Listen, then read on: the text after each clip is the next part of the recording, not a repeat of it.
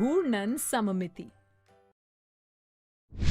इस वीडियो में हम सीखेंगे घूर्णन सममिति की अवधारणा, 1/2, 1/3, 1/4 और 1/6 घूर्णन का परिचय। टीचर्स सममित आकृतियों की अवधारणा समझा लेने के बाद ही बच्चों को घूर्णन सममिति की अवधारणा समझाएं।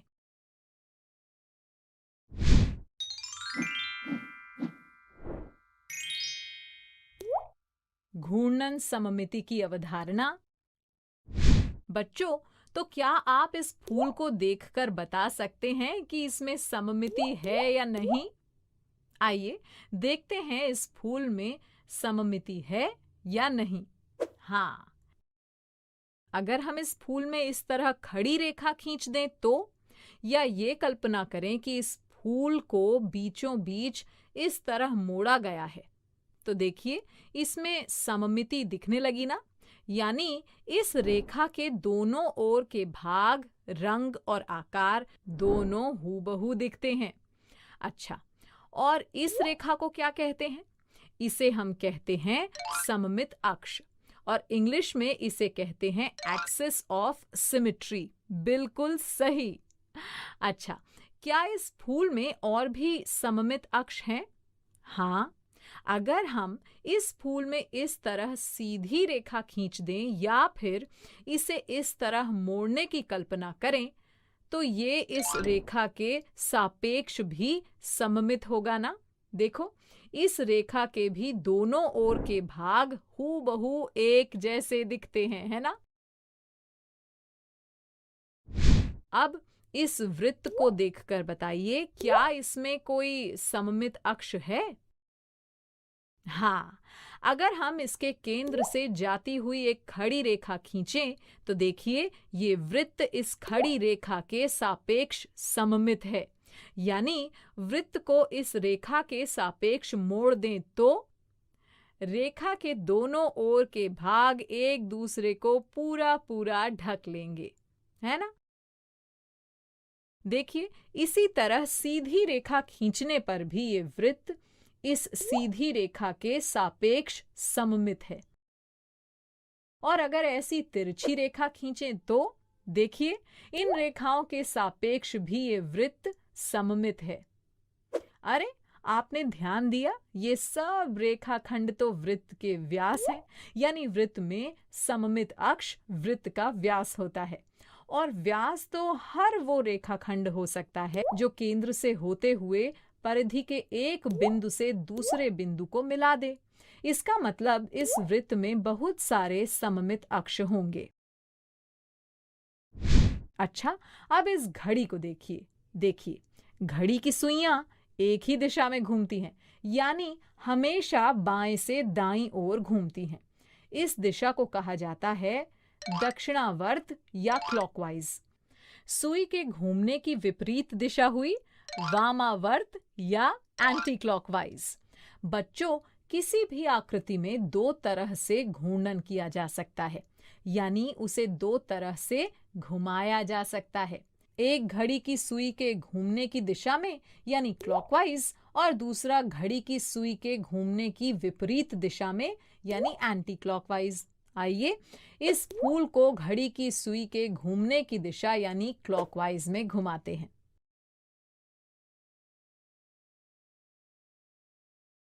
देखिए, एक पूरा चक्कर लगाने से पहले ही ये तो पहले जैसी दिखने लगी। अरे बच्चों, पूरा चक्कर लगाने के बाद तो कोई भी चीज वैसी ही दिखती है ना। और अब इसे घड़ी की सुई के घूमने की विपरीत दिशा यानी एंटी क्लॉकवाइज में घुमाते हैं।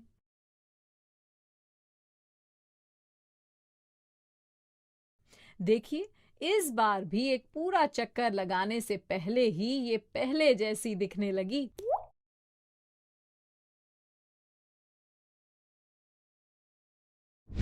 बच्चों, क्या आप जानते हैं कुछ ऐसी आकृतियां भी होती हैं जिन्हें अगर आप अपने स्थान पर घुमाएं तो वो एक पूरा चक्कर लगाने से पहले ही हूबहू पहले जैसी दिखने लगती हैं।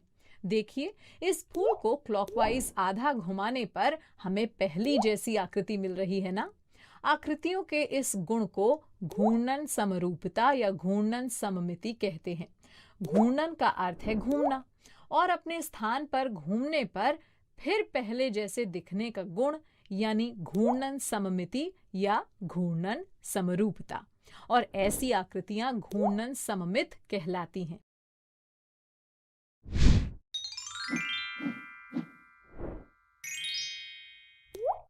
1/2 घूर्णन का परिचय।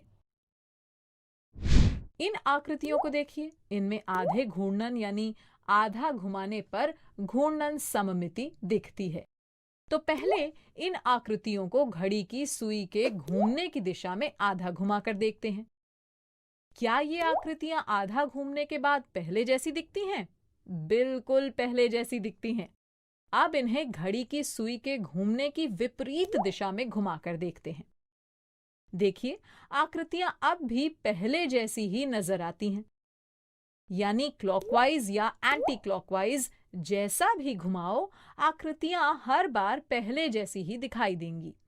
तो हम कह सकते हैं कि आधे घूर्णन पर ये आकृतियां घूर्णन सममित आकृतियां हैं। और क्या ये घूर्णन सममित आकृति है? सोचिए सोचिए। देखिए, दोनों ही तरीकों से घुमाने पर ये आकृति पहले जैसी नहीं दिखती।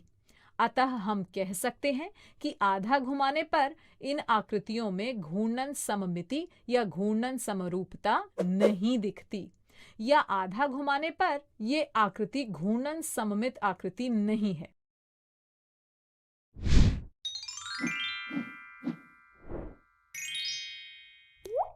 1/4 घूर्णन का परिचय। चलिए देखते हैं 1/4 घुमाने पर यह आकृति कैसी दिखती है। पहले इसे क्लॉकवाइज 1/4 घुमाव देकर देखते हैं, यानी 1 को 2 की जगह लगाएं। देखिए, ये आकृति पहले की तरह ही दिख रही है। अब इसे एंटी क्लॉकवाइज 1/4 घुमाकर देखते हैं, यानी 1 को 4 की जगह लगाएं। आकृति अब भी पहले की ही तरह दिख रही है। इसका अर्थ ये हुआ कि चौथाई घूर्णन पर यह आकृति घूर्णन सममित है। अच्छा बताओ, क्या ये पंखा 1/2 घुमाव पर भी सममित होगा? बिल्कुल। यानी वे आकृतियां जो 1/4 घुमाव पर घूर्णन सममित हैं, वे 1/2 घुमाव पर भी घूर्णन सममित होंगी। अब सोचिए, अगर ये आकृति ऐसी होती तो क्या तब भी ये आकृति 1/4 घूर्णन के सममित होती? करके देखते हैं। घड़ी की सुई के घूमने की दिशा में चौथाई घुमाने पर और उसकी विपरीत दिशा में चौथाई घुमाने पर आकृतियां पहले जैसी नहीं दिखती। इसलिए हम कह सकते हैं कि 1/4 घूर्णन पर यह आकृति घूर्णन सममित आकृति नहीं है। एक और उदाहरण लेते हैं। अब इस आकृति को 1/4 घुमा कर देखते हैं। क्लॉकवाइज और एंटी क्लॉकवाइज दोनों में ही ये आकृति पहले की तरह दिखती है। इसलिए हम कह सकते हैं कि इस आकृति को 1/4 घुमाने पर इसमें घूर्णन सममिति या घूर्णन समरूपता दिखती है। इसका मतलब ये आकृति 1/4 घुमाने पर घूर्णन सममित है। चलिए अब इसी आकृति को आधा घुमाकर देखें। दोनों ही तरीकों से आधा घुमाने पर भी ये आकृति पहले की जैसी ही दिखती है। इसलिए हम कह सकते हैं कि इस आकृति को आधा घुमाने पर इसमें घूर्णन सममिति या घूर्णन समरूपता दिखती है। यानी ये आकृति 1/4 और आधा घुमाने पर घूर्णन सममित है।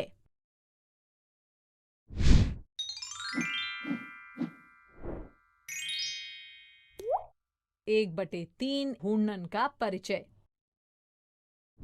अच्छा बच्चों, अब मैं इस पंखे को 1/3 घुमाने को कहूं तो क्या इसमें भी घूर्णन सममिति दिखेगी? घुमाकर देखें।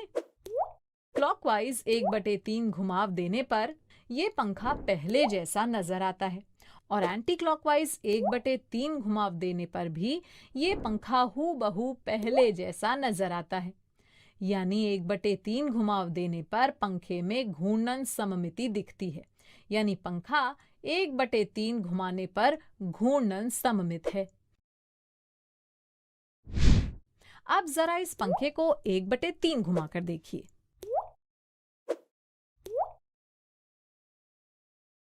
क्या ये पहले जैसा ही दिखता है? नहीं, ये क्लॉकवाइज या एंटी क्लॉकवाइज घुमाने पर पहले जैसा नहीं दिखता। यानी पंखे में 1/3 घूर्णन सममिति या 1/3 घूर्णन समरूपता नहीं है। यानी पंखा 1/3 घुमाने पर घूर्णन सममित नहीं है।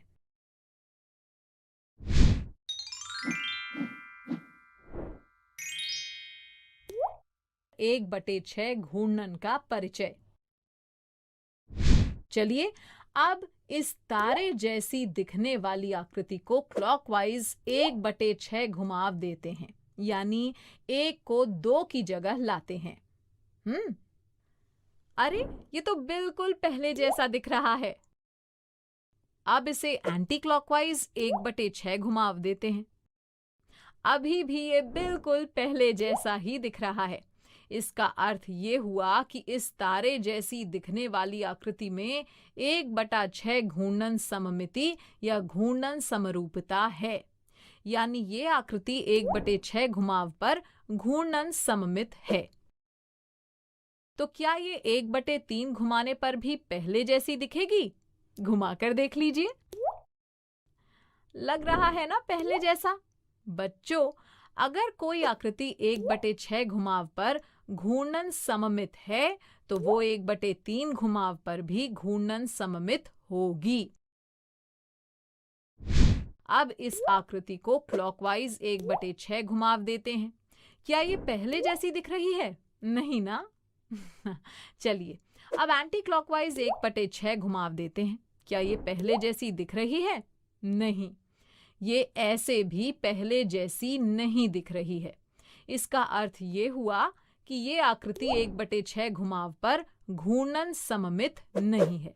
यानी इस आकृति को 1/6 घुमाने पर इसमें घूर्णन सममिति या घूर्णन समरूपता नहीं दिखती। वाह बच्चों, ये सब तो आपने समझ लिया। अब जरा अपने चारों ओर देखो और बताओ कि आपके आसपास कौन कौन सी आकृतियों तथा वस्तुओं में घूर्णन सममिति या घूर्णन समरूपता है। जैसे पंखा, दीवार, दीवार पर लगी घड़ी इत्यादि। ढूंढिए ढूंढिए, आप कुछ और वस्तुएं ढूंढिए। टीचर्स बच्चों को पहले कागज के साथ और फिर वर्कबुक में घूर्णन सममिति का अभ्यास करवाएं।